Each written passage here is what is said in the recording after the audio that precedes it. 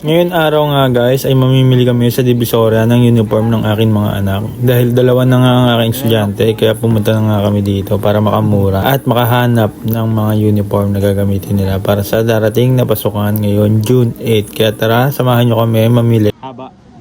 At dito nga may nakita akong poging tindero at tinanong ko na nga siya. Magkano po uniform? 1,000. May size ano po kayo? Small lang po.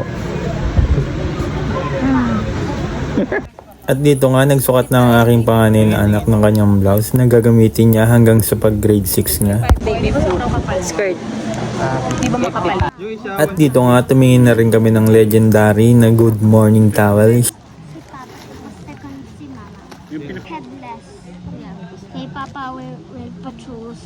Kay Mama. Yun na lang niya. Both of us will choose kay Parang Mama. towel na yun. Okay. Ano? Na. Yeah, subukan ko lang, We will be matching. Okay. I'm the boy tapos Ano? you're... No nga. Masyadong makapal na. Later na natin pag-usapan. Pa-testing din. At after nga namin magdivisoria, umuwi na muna kami ng bahay para mag-asikaso. At dumiretso na nga kami dito sa Robinson Ermita. Kasi nga dito talaga kami namimili ng mga kanilang sapatos pang school. Dahil nga rin maraming pagpipilian. Dito nga nagsusukat na yung panganay kong anak ng kanyang boots na gagamitin niya sa pasukan. At ayan nga, natapos na kami dito sa panganay kong anak at nagustuhan niya naman yung sapatos na binili namin para sa kanya. Kahit dadako na kami dito sa anak kong lalaki na boots rin naman ang gusto at napakalinis talaga pag naka-boots.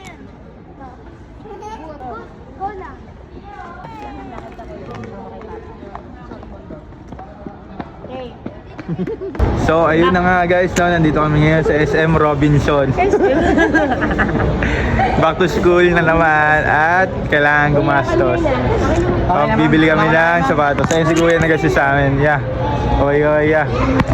Back to school na naman, gastos. We buy boots na. For School.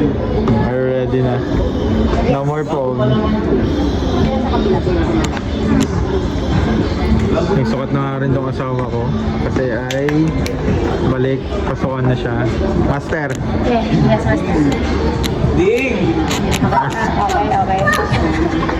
Another day, another gastos! No, let's say that. Hi guys, samahan nyo nga kami. Another day, another gastos! Let's go! So ayun na nga guys, no, yung pang dalawang araw namin na pagkain.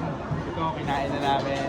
So, imbis na kumain kami sa bahay, kumain na lang kami sa labas. Kasi nga, another day, another gastos. Another day, another gastos.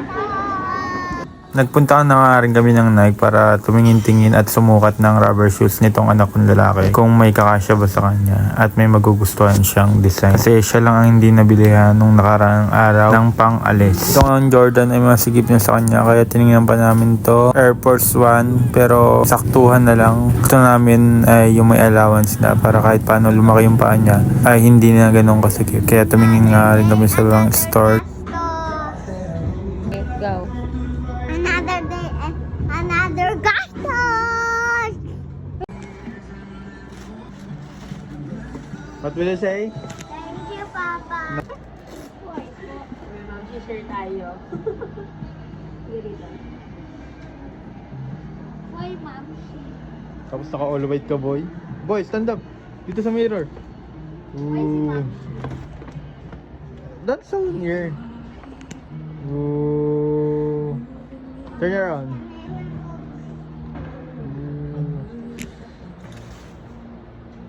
Okay. Guys, ayun na nga, binili na nga namin tong Air Force 1 na pang kids. Kasi wala kami nakita sa Nike. So dito kami sa Rookies. Yan, Rookies.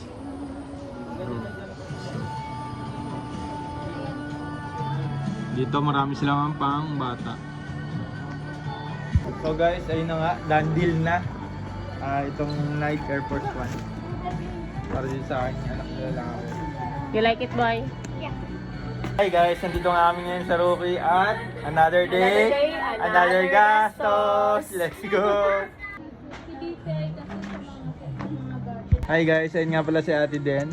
ang nag-assist sa atin dito. At isang nag-assist dito sa ating sa store ng Rocky. Wala kasama, te? All around ka dito. Grabe. Cashier na. Kuha stocks, lahat siya. No? Yes. Pinapatakbo ni ate mag-isa yung Rocky.